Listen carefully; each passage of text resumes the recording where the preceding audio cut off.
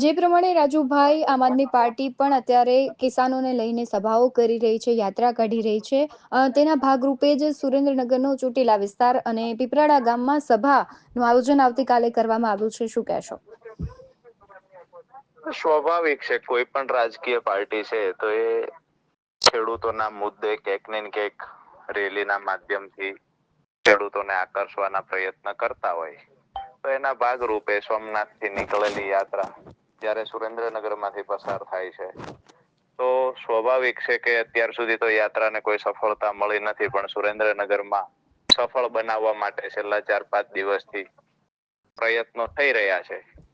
તો એના ભાગરૂપે ભાડુતી માણસો લાવી સંખ્યા બતાવવાની કોશિશ થાય છે.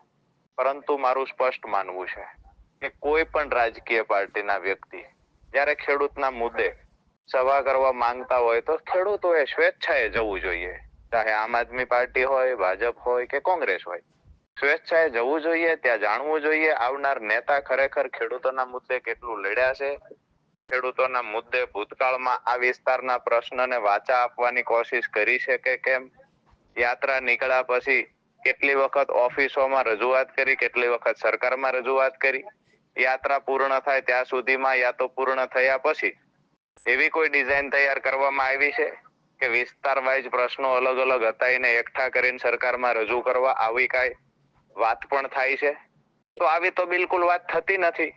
તો સ્વાભાવિક છે ગુજરાતનો ખેડૂત હવે ખૂબ હોશિયાર થઈ ગયો છે અને યાત્રા સોમનાથથી નીકળી ત્યારથી લઈને આજ દિવસ સુધી યાત્રાથી ખેડૂતોએ અંતર બનાવીને રાખ્યું છે. ક્યાંક ને ક્યાંક ખેડૂતો ખૂબ સારી રીતે જાણે છે કે કૃત્રિમ રીતે જે ખેડૂતો માટેનો પ્રેમ બતાવવાની કોશિશ થાય છે